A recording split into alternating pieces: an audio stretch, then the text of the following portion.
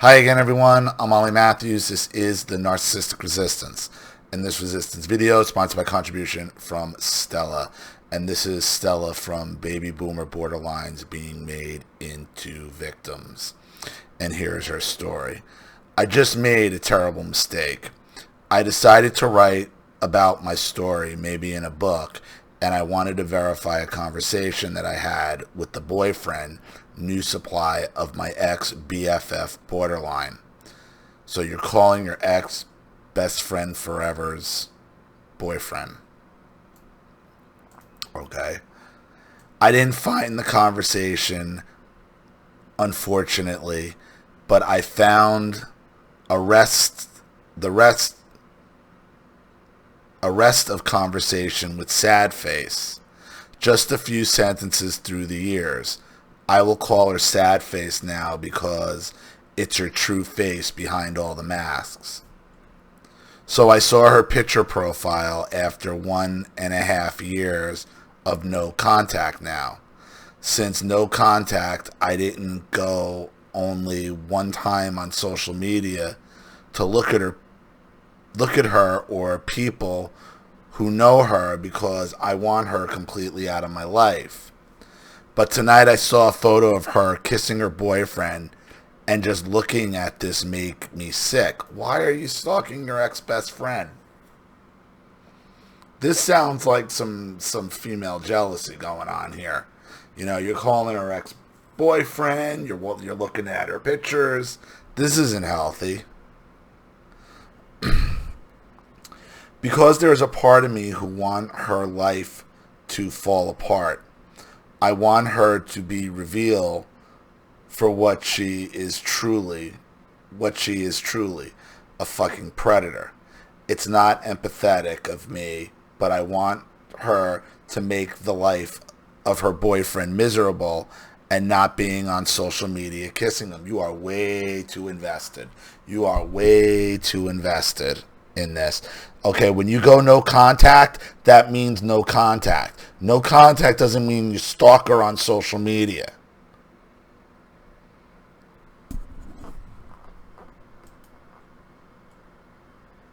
In some way, I know that she is already doing that because before I left, he already has a breakdown, wanted to leave, and broke things in the house.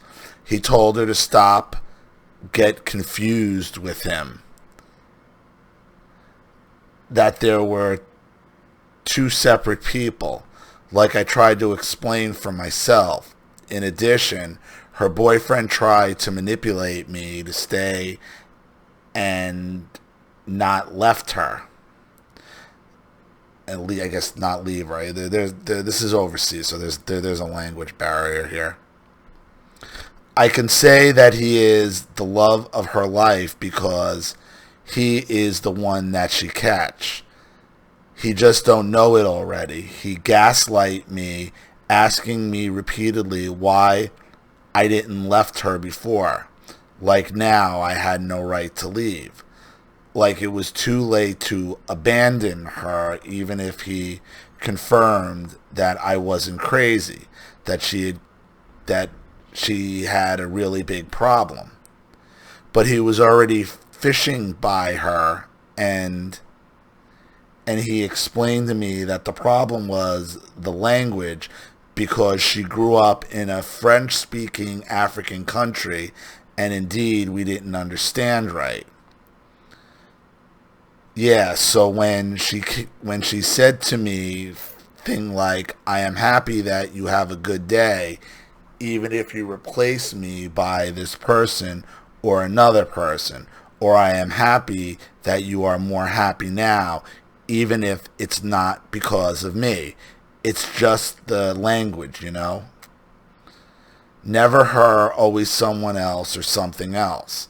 I was horrified by the fact that with just 2 years, she succeeded to make him believe such a lie.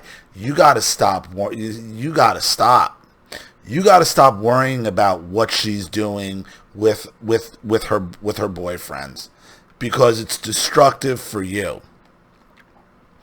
And it seems like it's another two black women, whether it's whether it's here or I guess this is in France. You said you're French-speaking African, so I'm assuming you're in France because I know you're in Europe.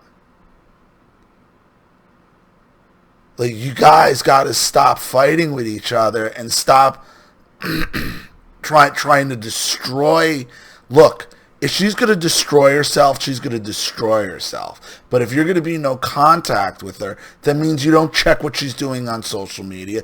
You don't obsess about it. You don't sit there looking and rooting that her boyfriend's going to beat her up or leave her. He's going to be made miserable or whatever it is you're doing.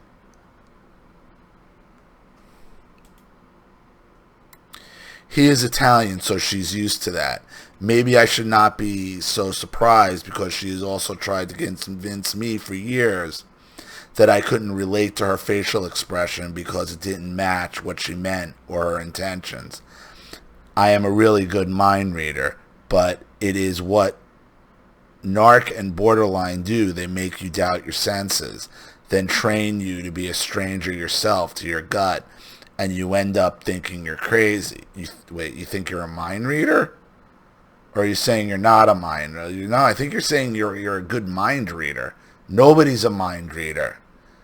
Only a narc would say think that they're a mind. You're not a mind reader. Okay? You're going to have to step back here and analyze your own behavior in this. I'm not saying that she's not a problem too, but this is completely unhinged what you're doing. Returning to the picture, I realized that I didn't block her, so I went on her Facebook page to block her. And I saw her very last post plus her wall picture. I chose not to read it at all, only the first lines, and it was like this. I was not there to wipe your tears. I was not there when you needed a friend. It continued like this, and the wall picture was of a woman crying and kind of begging to a cold madman. And seeing this was hard for me. Not only her life seems good, but she make herself the victim of this. How does her life seem good? Like, what's your definition of good here? Like, what are you looking for? Doesn't look good at all. I knew that she would do that, and I know that I have a big problem with being betrayed by narc, like by narc, and by extension by people. And they gain power over this with fear. I am much better about this today. I know that narc have a sick perception of reality and themselves. I know why I left, and I know whom she is, and I know that she was never my friend.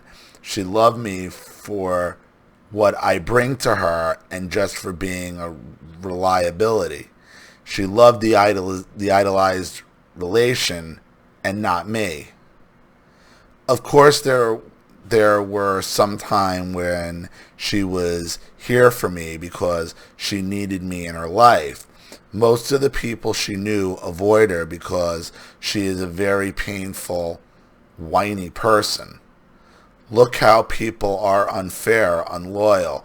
Look as they lack empathy and blah, blah, blah. When I left, I was her only friend. Truth.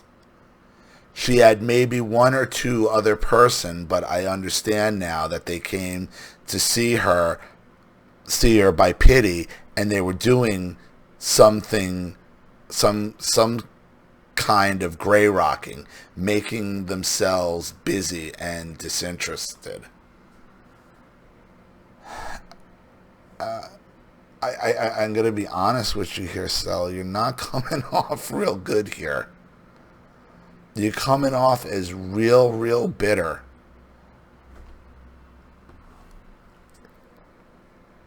How you're describing her is basically how a lot of us were described by our own narcissists. So,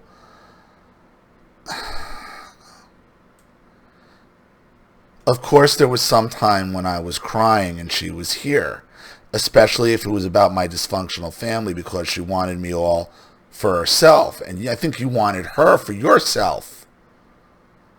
I mean, she's your friend, and you're crying, and you're going to be in histrionic. It seems like you're being overly histrionic, and we're expecting her to be there at your beck and call.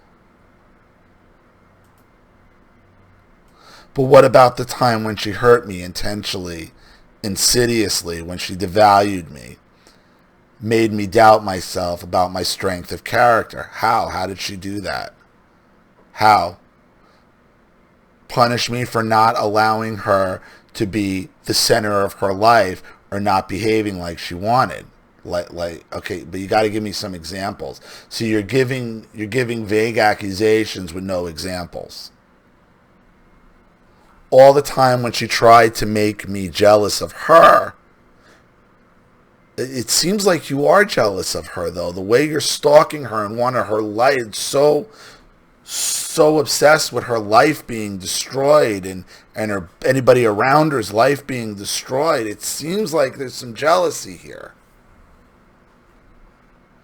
All the time when she tried to make me jealous of her, tried permanently to outdo me in everything because she was always comparing herself to me. But LOL, it is not in my nature to be envious.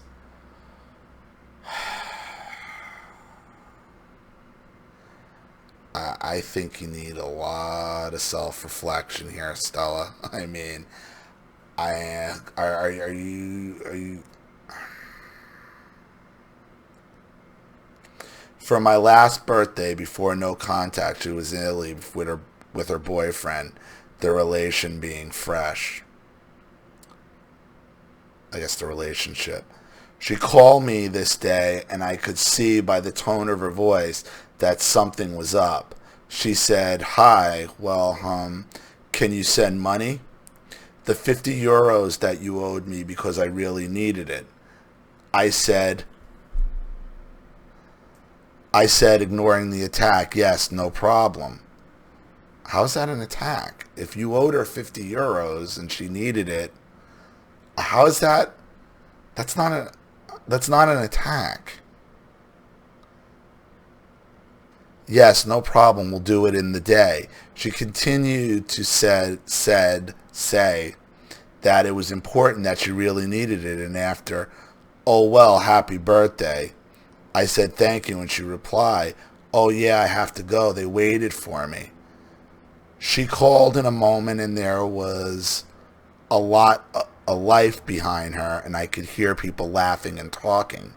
She also punished to make her feel less just being me. I gotta tell you, Stella, it sounds like you got like some kind of queen bee syndrome here. You owed her 50 euros. She needed it. I understand it's your birthday, but you're an adult. You're not a child, and this is a friend. And the standards you're putting on her seem really, really unfair. And she's calling you maybe on your birthday, but she probably needed the money.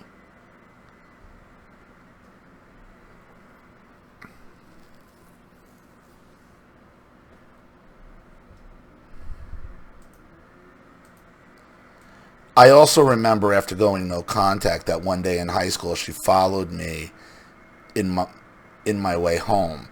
I was suffocating at the time and told her repeatedly to leave me alone and stop following me. So you could drop her on a whim, but she has to be there for you at your beck and call? She said that she will not leave me. She make it seem like she was fighting for our friendship. At the same period, I was hiding at home, making my sister and brother responding for me because she came all the time, even if I told her I didn't want to see her. So you were rejecting her for a long time, and now that she doesn't give you the attention that you want when you want it, she's abusing you? Because then she was suffocating you? And it worked. I was back in the relation, and I forgot after some years. She didn't change, just went from overt to covert. She just changed strategies. I don't see what she's doing here. I see you being very jealous of this girl. That's what it seems like to me, Stella. You know, like I have to be honest. This is terrible. This sounds terrible. What you're writing. It sounds like you might be a borderline, to be very honest with you. And it sounds like you might be the queen, might be suffering from queen bee syndrome. Whether you're in Italy or France or wherever you are. You are way, way, way out of line here.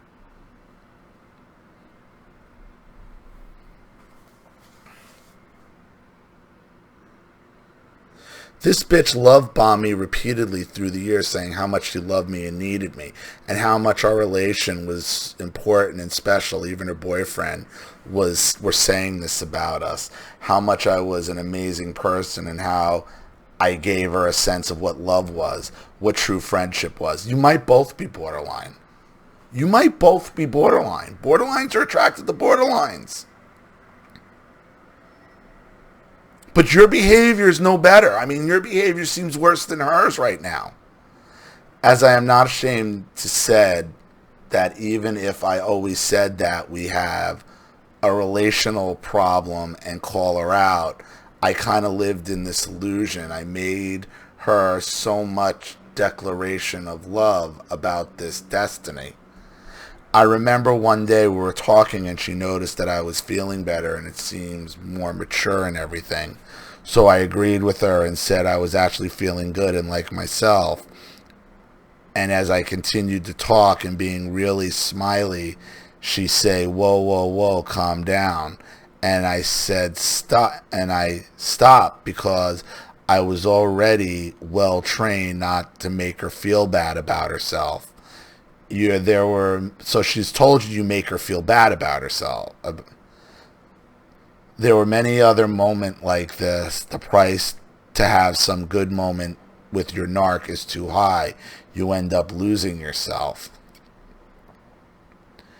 And you realize that you was the one making the good movement, bringing life to the relation, bringing your value, loyalty, honesty, comprehension, maturity, and even love. Predatory borderline are emotional vampire and are always performing. I will never forget the day when I tried to talk about my suicidal ideation and she say, "Oh, Stella, don't invent yourself some problem." And the conversation was over. There was room for only one person in this relation, and it was her. I think, Stella, I think you're both borderline. Or you're histrionic and she's borderline. Apparently you have these rushes of emotion and crying and move and histrionics, and people can't handle it, and you're accusing her of probably what she's accusing you of.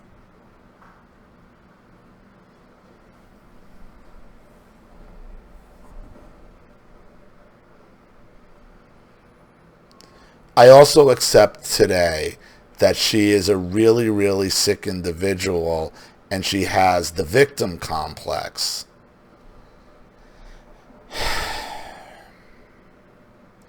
And I know that she stole my personality traits and continues to wear them.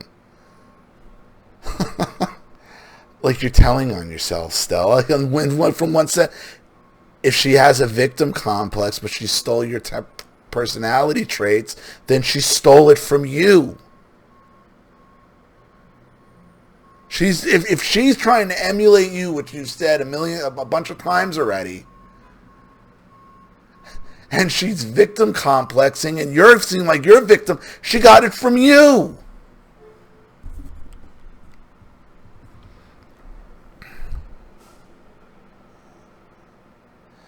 But her true face is the face of a sad, whiny person. She inverted everything. She made me feel like I was the whiny person, but I'm strong. and I survived a dangerous environment, and I keep healing myself. The fact that I had a difficult life was also something that she resent me for, because it took too much place for her, and mostly because it was a perpetual reminder that I'm a strong person. This person who pretended to be my friend has just no sense of oneself and is made only by needs and envy. It took me more 1 year and 6 months of no contact to be able to see clearly, and once and for all, her true face clearly. Her perpetual sad face, her fake neutral face when devaluing or performing, her raging face and her raging voice. Now I also can see my mother, my big aunt, and my grandma in her. This voice full of envy, of contempt, and quiet rage, it's the borderline. And it's also the poor me face and voice, maybe the most harmful. I think you picked up the same traits, Stella. There were a time during this last month when I had the impression to have a meltdown because I thought that maybe I was the narc. Maybe I was the one having the victim complex and not knowing it. Stella. Yeah, I don't think that's crazy. And I was the crazy one. These moments were difficult. I will never pardon Sad Face for what she did. It was deeply wrong, and the most dangerous thing that narc do is make you believe that you are the problem. You are the villain and indeed the crazy one. Well, she may be a narc and she may be borderline, but I cannot read this and tell you that you're not a big part of the problem, Stella. I'm sorry. Like, these things sometimes are right. And what you're doing here is gaslighting and projecting. And I think you're actually wanting to be. This might be the most honest you've ever written or said about anything, because I'm telling you, this is not reading like you're a good person. This is reading like you're a borderline yourself, worse than her. By not allowing them to have full control over you and let them abuse you and use you like an emotional sex toy, you hurt them, you torture them. It's what they say, what they make you feel. The day when I left Sad Face, it was impressive and really harmful to live one last time the projection of Sad Face. This is just a friend. This isn't even like, do you have romantic feelings for this girl, or are these, because this is either, if you don't have romantic feelings, then this is a case of insane jealousy you have of this girl. Insane jealousy that is being driven by you probably putting your value in your vagina above all else. You talk like a queen bee, like you're a queen bee, with all the histrionics and borderline traits that go along with it. The way they reverse everything, it's crazy. Even as the abuser, they are the victim. But the good thing, she also revealed her to me about what she really thought and what she really is. So in some way it also helped me. I'll write more about it. Maybe I just needed to write to you, Ollie, just not to doubt myself in this moment, about what she put on her Facebook. The fact that you're still stalking her Facebook page, okay, just tells me you're driven by bitterness and jealousy. The world can see her like the victim. She can see herself like that, but no matter what she will do and say, she cannot erase the fact that someone knows, and she will have her story written. So this poem on Facebook is just another performance of the borderline dangerous people. And I'm afraid that this whole letter is is you're telling on yourself that this is a performance of the borderline. And I think you want to see if you're going to get called on it. And I got to call you on it. This isn't good behavior. You obviously put yourself at a higher standard than her. You decided when it was okay to reject her. You said even though you owed her money, it was your birthday, and she doesn't come and give you the enough attention when you're the one crying, when you're crying. Like,